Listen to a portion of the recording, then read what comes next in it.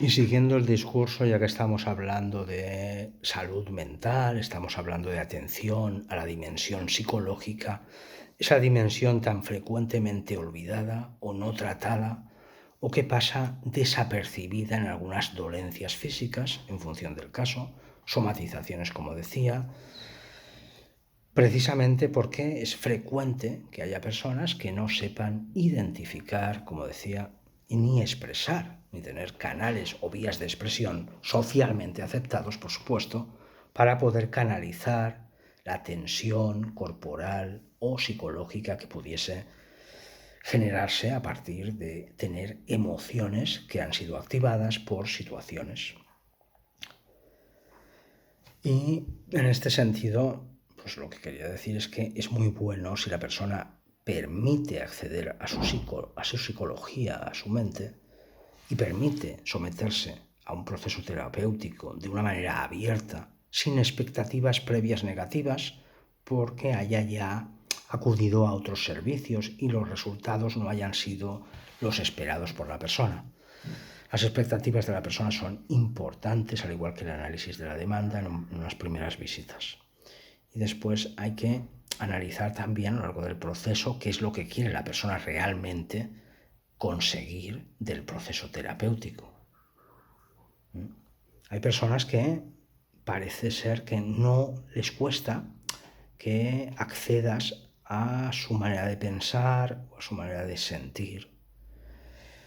Y nos cuesta encontrar que tengan un autoconocimiento a partir de las actuaciones, de los actos psicológicos que se realizan en consulta, de cómo se relacionan las situaciones o los pensamientos internos que tenga con sus emociones, con la activación de emociones, como decía, de pensamientos que suelen ser coherentes con esas emociones y que tienen una ligera distorsión, sin que eso suponga que sean ideas delirantes, ni delirios, ni elementos psicóticos. Por supuesto, no hay locura. Una persona que toca pies al suelo, que en el suelo, es decir, no tiene locura, pero distorsiona su realidad por experiencias vividas, por maneras de afrontamiento aprendidos, ya que están muy sistematizados en su manera de funcionar.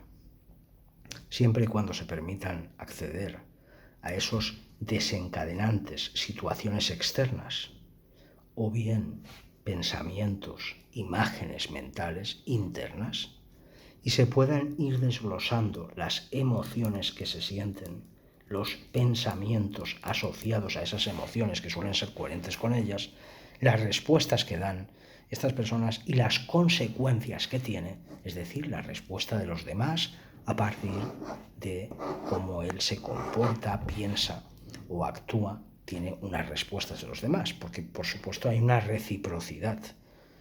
Si tú ves a una persona y te estás quejando constantemente con amistades o lo que sea, pues evidentemente hay una animadversión hacia ti, porque no es agradable estar con una persona que se está quejando constantemente, en general.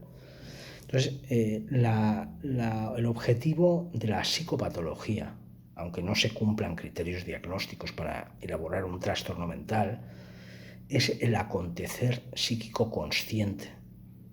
Si la persona que acude a terapia viene con una actitud abierta para someterse a un proceso como una experiencia, sin expectativas, sin juicios de valor previos, la persona va a adquirir autoconocimiento. Entonces va a ser muy consciente y va a tener mucha salud mental y mayor capacidad de afrontamiento para saber cómo él, con su conducta, con su manera de pensar, de interpretar, tener alternativas de interpretaciones, perspectivas distintas de percepción, es decir, desenfocarse en su manera de pensar tan rígido o de sentir a veces esas emociones o esos sentimientos que ya están crónicos por la repetición de emociones que probablemente sea por situaciones vividas en el pasado, a veces un pasado bastante remoto. Pero es verdad que el pasado es determinante en cierto modo para aprender para adquirir autoconocimiento, pero yo no creo que sea determinante para poder, elaborar en la persona internamente un patrón sistemático de conducta. Se puede en algunos casos, y de hecho es así, por las experiencias pasadas que se van acumulando, la persona tiende a comportarse de una determinada manera. Sin embargo, el pasado no es determinante para que eso sea tan rígido y no se pueda modificar.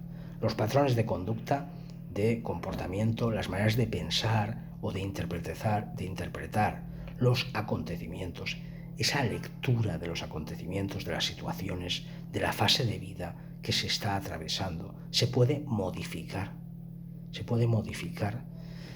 Y se puede poner en conexión también con emociones sentidas y ver cómo la emoción está de alguna manera determinando la manera de pensar, la manera de interpretar, la manera de percibir el mundo, la realidad.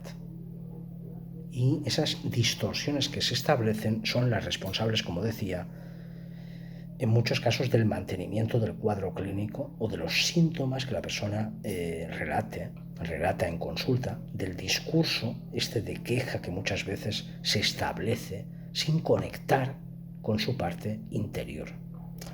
Lo que se pide, ¿quién es el paciente ideal? ¿Quién es el cliente ideal? La persona que viene, ella. A las personas que vienen a consulta se les pide, ven tú, no me vengas con 20 libros o 20 hojas. Ven tú y habla tú. Ten confianza en ti. Háblame de lo que has vivido, de cómo te sientes, sin venir de alguna manera con una conducta de seguridad, con diferentes papeles o apuntes o actividades que quieres compartir. Compartir es bueno. Si traes actividades para compartir, evidentemente yo las acepto. Pero la psicoterapia surge efecto si se trata con la persona, de tú a tú. Si viene la persona de manera abierta, sin máscaras, sin resistencias, y si la persona pierde esa rigidez para ser flexible y poder tratar, como decía, esas maneras de interpretar la realidad, esas emociones que están presentes y que la persona a veces no se da ni cuenta y que son las responsables de ese estado de malestar. Un saludo.